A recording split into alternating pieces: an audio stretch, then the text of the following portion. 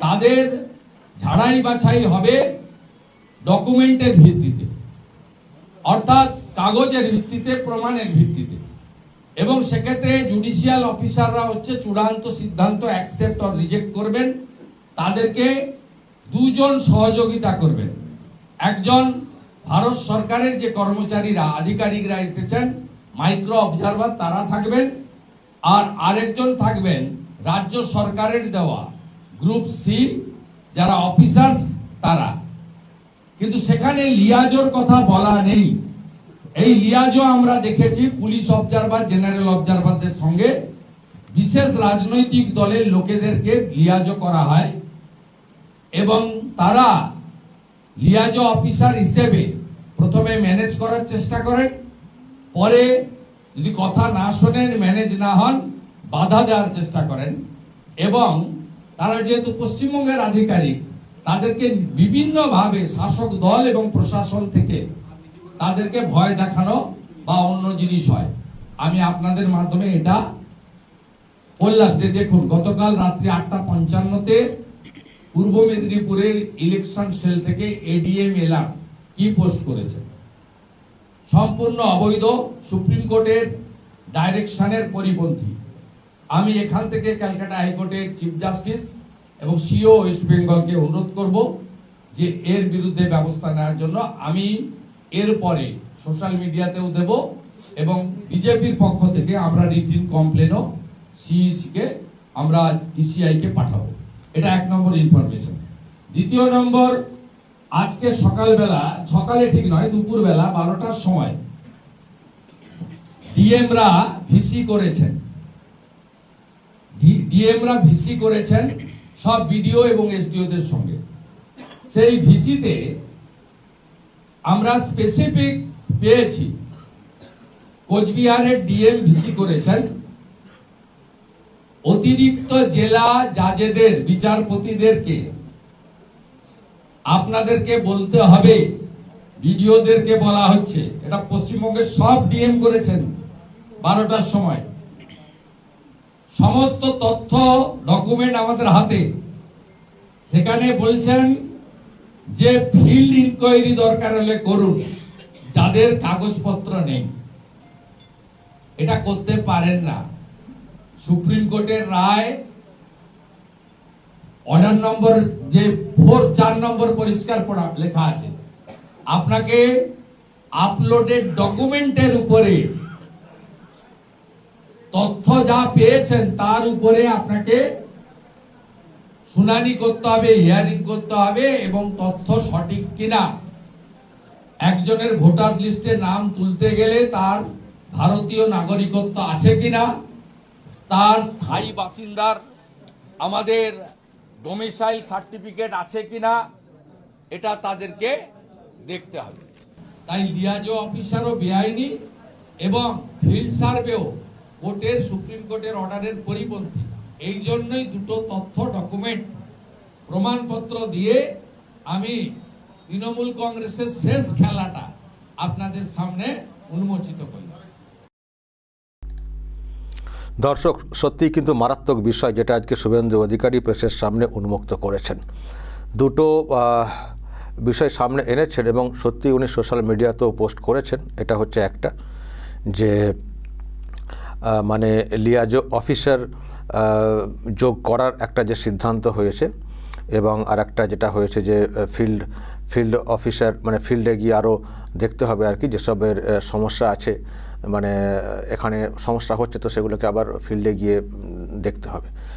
মানে এই যে ডিরেকশন, একটা হচ্ছে ভিসি বা পোস্ট, তো এটার মাধ্যমে যেটা আর কি করার চেষ্টা হচ্ছে সেটা হচ্ছে দর্শক, যে ফের ম্যানেজ করা বা কোনোভাবে প্রভাব তৈরি করা, মানে প্রভাবিত করে বাকি কাজটাকে উতরানোর চেষ্টা করছে শাসক। সেই জন্যে শাসক শিবিরে যারা লোকজন রয়েছেন, সরকারি অফিসার কিন্তু ওই আর কি দলের হয়ে চলেন, তো তারা বা তাদেরকে দিয়ে এইসব করানোর চেষ্টা হচ্ছে। তো শুভেন্দু বলছেন এটা করা যায় না, বেআইনি, কারণ যেসব ডকুমেন্ট জমা পড়েছে তার ভিত্তিতেই সিদ্ধান্ত নিতে হবে যে একে ভোটার তালিকায় রাখা যাবে কি যাবে না।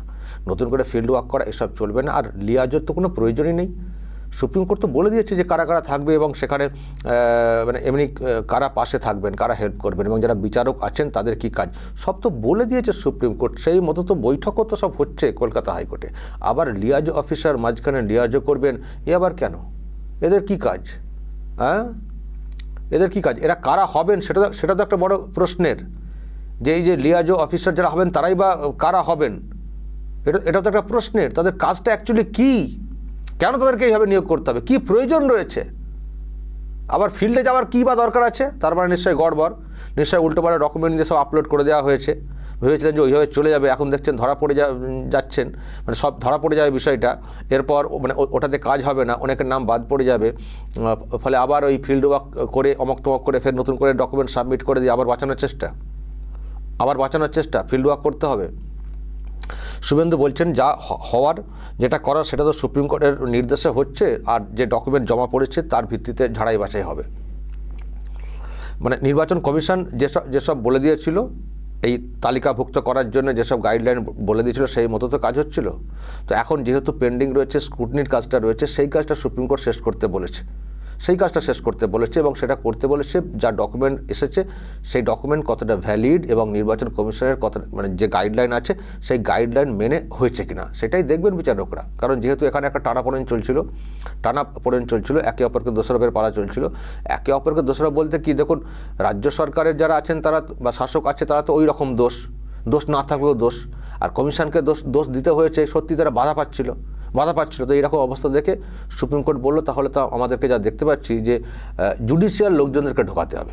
সেই জন্য সুপ্রিম কোর্ট কলকাতা হাইকোর্টের বিষয়টাকে ফরওয়ার্ড করে এবং বলা হয় যে কলকাতা হাইকোর্টের যিনি প্রধান বিচারপতি রয়েছেন তিনি বৈঠক করে ঠিক করবেন এই কাজটা কী করে কী করা হবে। তো সেই জন্য দেখেছেন কলকাতা হাইকোর্ট বারবার বৈঠক করেছে, প্রধান বিচারপতি বৈঠক করেছেন, সেখানে মুখ্য নির্বাচনী কার্যালয়ের অফিসাররা থাকছেন, মুখ্য সচিব থাকছেন।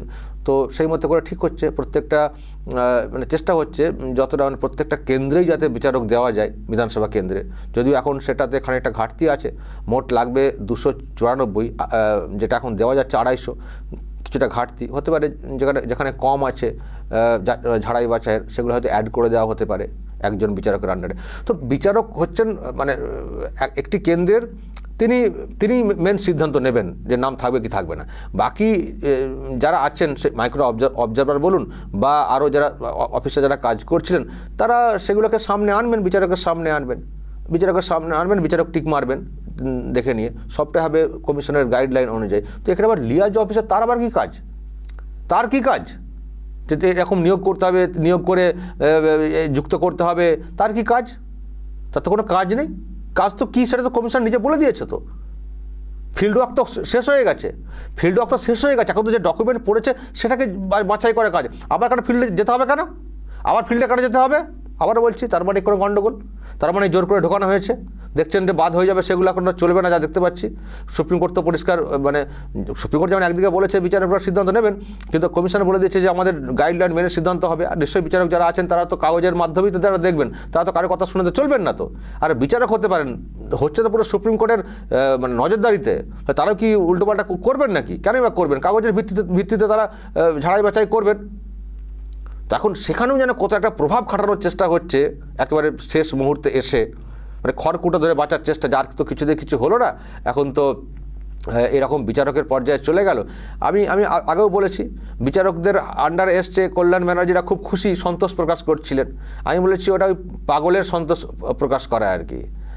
হ্যাঁ, এ তো কমিশনের সুবিধা হয়ে গেছে। কমিশন তো এ গ্রেডের অফিসার চেয়েছিল, সে অফিসার দেওয়া হচ্ছিল না, সেখানে বিচারক পেয়ে গেছে কমিশন সুপ্রিম কোর্টের অর্ডার অনুযায়ী।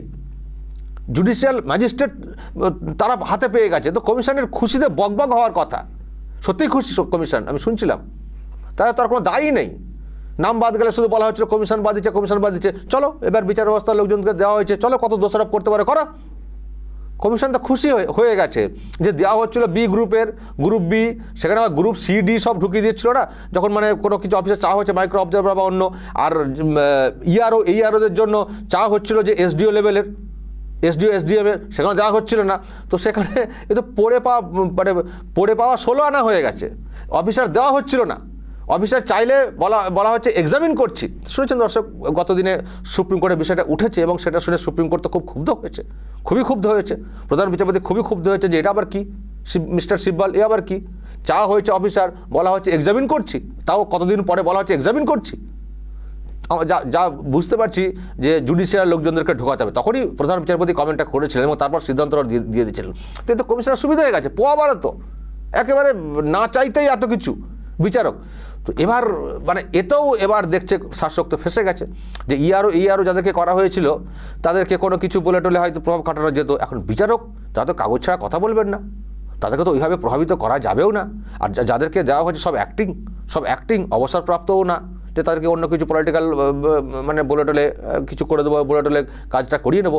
এখন যা সিদ্ধান্ত চলছে এখনও পর্যন্ত সব অ্যাক্টিং যারা কাজে আছেন, ফলে তাদের চাকরি আছে সামনে, তারাও তো উল্টোপাল্টা কিছু করবে না, করানো যাবে না। তো এখন আবার সেই চেষ্টা লিয়াজো দিয়ে ম্যানেজ করার চেষ্টা আর সেই সঙ্গে ফের ফিল্ডে যাও মানে ওনারা বুঝে গেছেন যে কত নাম বাদ পড়বে, তারপরে ওনারা বুঝে গেছেন যে কত নাম বাদ পড়বে, মানে কত গোজামিল দেওয়া হয়েছে বুঝে গেছেন, সেটা আবার ফিল্ডে গিয়ে আবার কারচুপি করার চেষ্টা হচ্ছে। তবে শুভেন্দু বলছেন এসব হবে না, পেরেকটা পুঁতে দিচ্ছি, এই শেষ এই চেষ্টাটা হয়েছিল তো তৃণমূল কংগ্রেসের তরফ থেকে, এগুলো প্রকাশ্যে আনছি এবং কমিশনের নজরেও বিষয়টা আনবো। যতই বিচারকরা দায়িত্বে থাকুন না কেন, পোর্টালের মাধ্যমে হচ্ছে, কমিশনের নজরে সবই থাকবে। ভুল হলে তো বিচারকের নজরদারিতে ভুল হলে সেখানেও যদি নক করা যায়, নিশ্চয়ই বিচারক সেটা ঠিক করবেন। ফলে এসব চলতে পারে না। আর তোমাকে ওই মানে করে আবার তুমি অফিসার নিয়োগ করবে, এসব হয় না।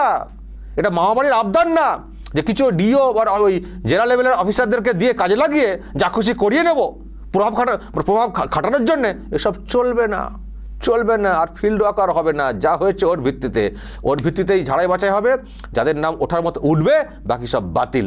পরে যোগাযোগ করো ভোটের পর। দর্শক, যদি আপনাদের এই নিয়ে আরও কিছু বলার থাকে অবশ্যই বলবেন। শুভেন্দু অধিকারী যেভাবে এটাকে ফাঁস করেছেন, আপনাদের মতামত থাকতে পারে। যদি আপনাদের এ নিয়ে আরও কিছু মানে থাকে আপনাদের কাছে তথ্য, যে আরও কী ধরনের কৌশল নেওয়ার চেষ্টা করছে শাসক সুপ্রিম কোর্টের এই অর্ডারটা হওয়ার পরে, সেটাও দর্শক বলবেন, কমেন্টও বলতে পারেন, আর আমাকে হোয়াটসঅ্যাপে আলাদা করেও বলতে পারেন। আমি আবার সেটাকে হাইলাইট করতে পারি, যদি আমিও বুঝি যে হ্যাঁ ঠিক পয়েন্ট, তো সেটা অবশ্যই বলবো। যা বলার বলবেন দর্শক, এবং নজর রাখবেন আরামবাগ টিভিতে।